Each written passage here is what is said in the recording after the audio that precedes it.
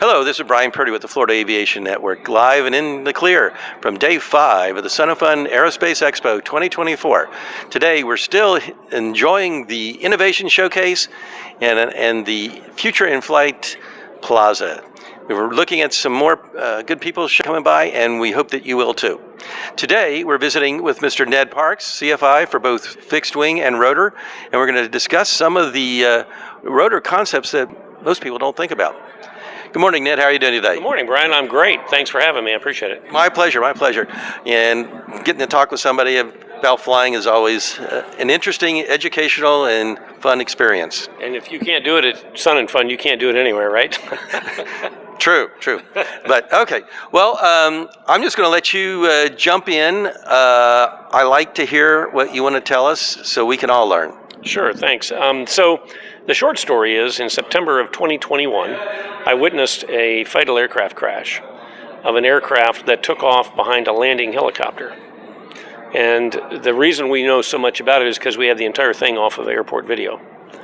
And what we discovered, and ultimately put together a working group made up of a lot of industry leaders, is we discovered that it was not the traditional downwash that people understand when a helicopter's in a hover, but it was actually vortices coming off and trailing the helicopter while in forward flight.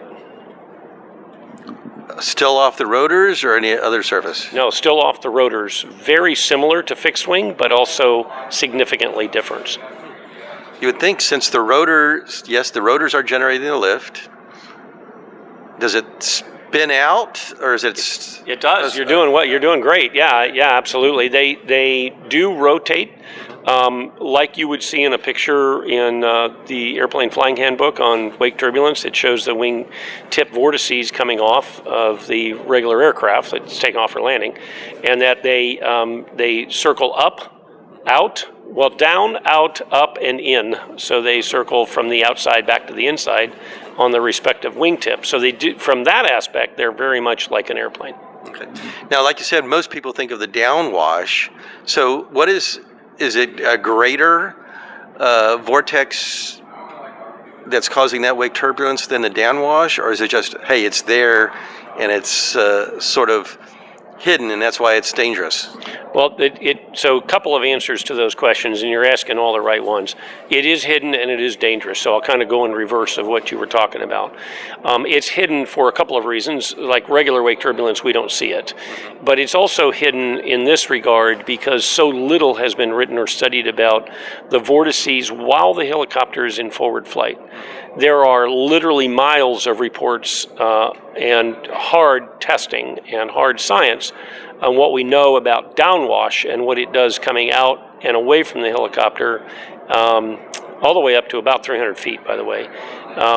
So we know that. We've got that information. And one of the reasons we know that, and this is important, I think, for listeners to understand, I just had someone in my presentation this morning ask, why do we know so much about downwash and so little about the forward flight portion?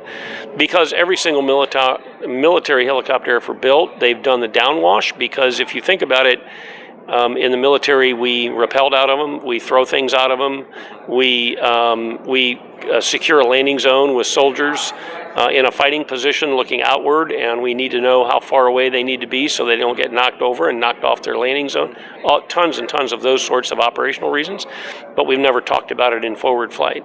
So after the accident, we put together a working group of AOPA, Air Safety Foundation, the National Association of Flight Instructors, the Helicopter Association International. We also had some industry experts from many large helicopter operators. And we started to do some research to say, what do we know that we can share? And what we found is miles and miles and miles of reports on downwash and one on forward flight vortices left behind, one.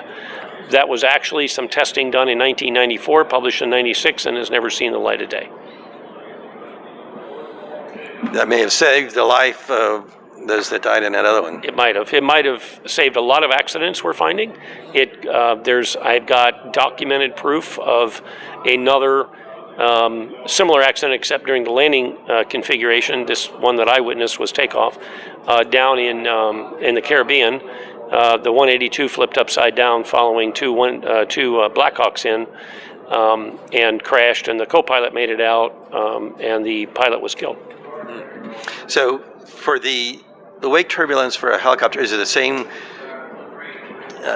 considerations, the weight, and then, well, you're always generating lift, so it would be a matter of the weight of how strong that the wake well, that's a fantastic question, and it's one of those things I like to say. I'm not disrespecting or challenging anyone from the NTSB to the FAA to the controllers to pilots of either airframe.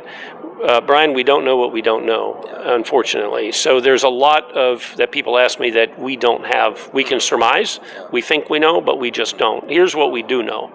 We do know from this report that following any of these larger aircraft, within a half mile is an instantaneous loss of complete control of the airframe. Yeah. They did the test with CH-47, which is the twin rotor Army helicopter, the CH-53, which the Marines and the Navy and the Air Force operate, and an S-76 and a Black Hawk. So those aircraft all range from, well, in a UH-1 Huey. So everything from 10,000 pounds up to 70,000 pound helicopters. And what they found is and they probed it with a Super Decathlon and a T-34. So both very capable airplanes, as you can imagine. Both of them total loss of control within a half mile. They recorded within 3 miles in trail, either crossing behind or following. They found roll rates that took the aircraft up to 60-degree bank angles in 1 second. And I'm assuming they're all below the rotorcraft just for normal. Interestingly, they were at the same level. Holy cow. So what we don't know, and this is a common question, is do they sink like they do off a fixed wing? Yeah. We don't know. That testing was not done. So we just aren't sure of that. We do, and I just learned this ironically this morning, we do know that they will hold their force as they drift downwind from a crosswind, and which is interesting.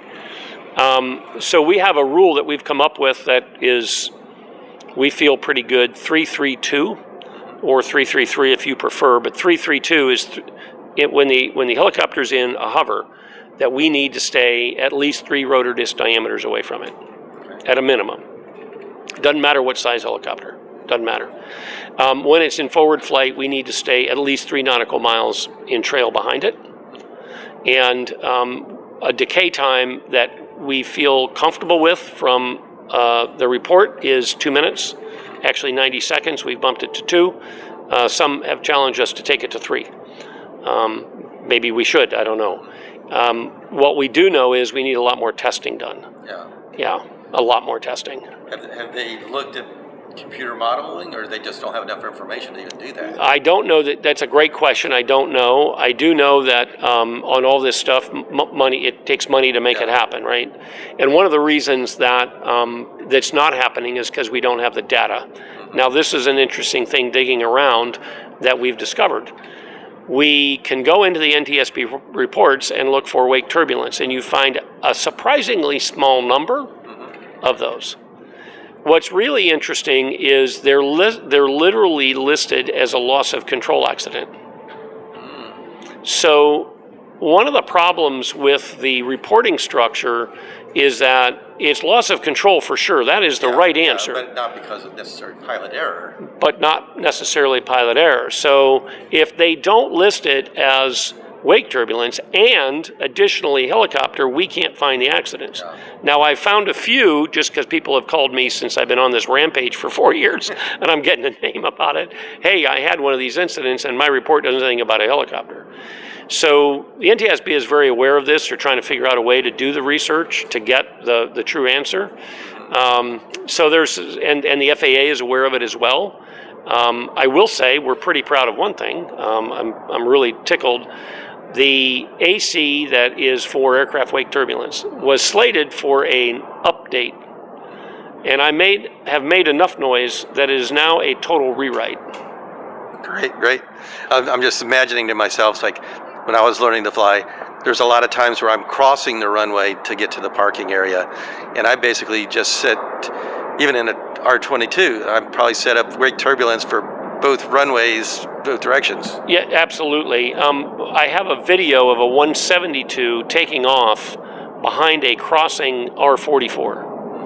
And the pilot of the 172 has to go to full aileron, left aileron, to keep the aircraft upright. Now, those are two similar weight aircraft. Mm-hmm. They're within a couple hundred pounds of each other.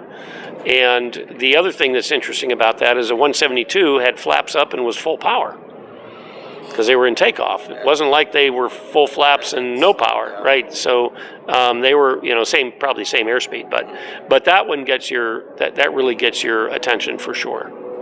I guess so we can look forward today of ATC saying, okay, hold for R-44 on takeoff or crossing. Well, what's interesting about that is here's a reason that you don't hear caution wake turbulence coming from ATC on helicopters. In the 7110 manual that the controllers use,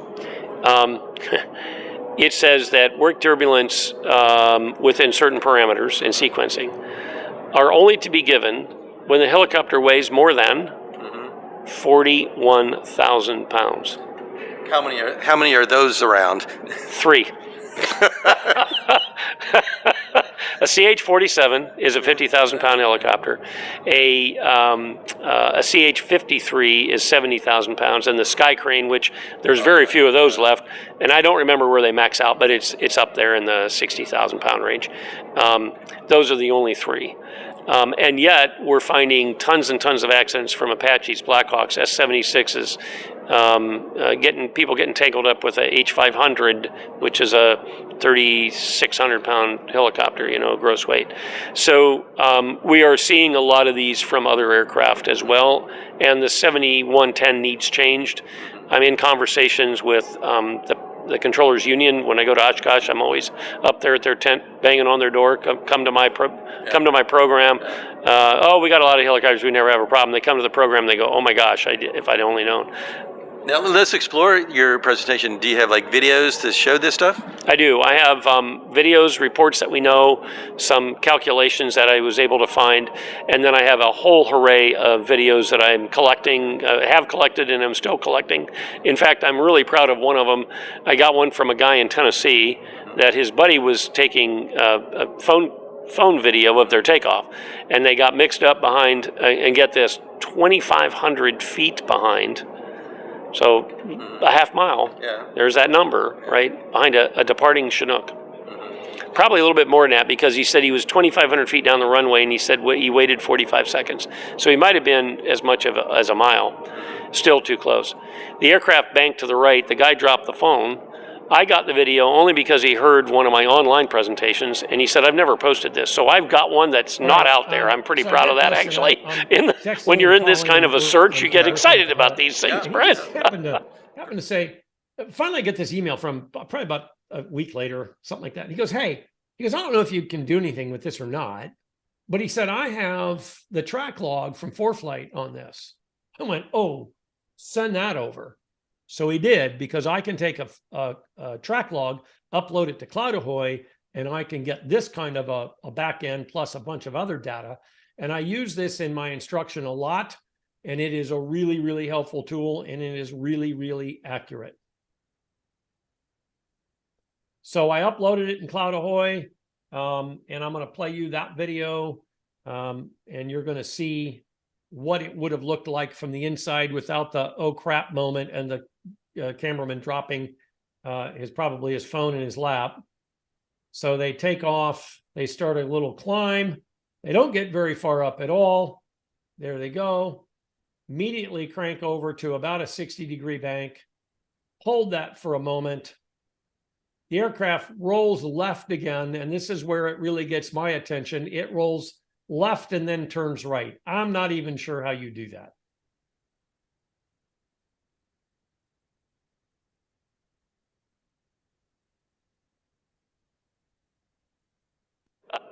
Great. Do you want to tell us about it sounds like you got it on your YouTube Yes. and other maybe website, So and we I can go have look. I have an aviation website called The Pilot's Grind, Grind, grind a bean and have a cup is kind of where it all comes from, just fun. But I have a page dedicated to this topic, and I have on there the National Association of Flight Instructors. I did one of their mentor lives, and that's still up there in archive, so they can hear the entire presentation. There's also a poster we had made for 332. There's some other videos on there, and my contact information, which we can give out however you want for the show notes or whatever. I am absolutely willing to do the full presentation in person if I can get there, but certainly by Zoom. And I've done it for groups all over the world now. Okay, that's great.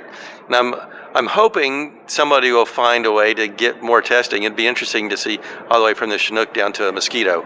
Yeah, I think it needs to be. I really do, because it's going to save lives, that's for sure, and accidents. And that's the way I look at safety. I want to be as safe as I can so I can do it again. That's right. I can't be a safe pilot the second time if I'm not one the first time. Okay, great. Now, my thing is usually give the guest the last word before I say goodbye. Anything that you thought of but didn't get a chance to mention, or anything special you just want to add? Yeah, the one thing I didn't mention is that many people get confused on this topic, that is a helicopter topic or it's a fixed wing topic. Well, it's both. But there's a third group in this that we don't ever talk about, and that's the airport operators and the FBO operators.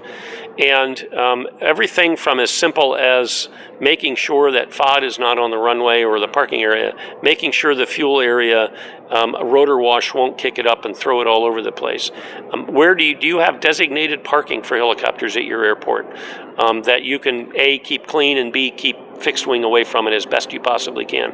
And that's a group that I'm actually finding very difficult to have this conversation with, because they don't think it matters to them. And until I speak in these terms, then they go, well, maybe it matters to me. Yeah, because unless you got one of those few helicopters that actually taxi on their wheels, Correct. they're generating lift and getting everybody else's aircraft dirty if nothing else. You know, a helicopter is a man-made moving microburst. And as dangerous as one, yes. It certainly can be, yeah. Well, this has been very informative to me. I totally enjoyed it. I need to go sit one of your presentations also. Love to have you. Okay, great. Well, this is Brian Purdy with the Florida Aviation Network, live and in the clear from FUN Aerospace Expo 2024. Mr. Ned Parks here, opening our eyes to the little bit of danger that we have been taking for granted for years. Have a great day.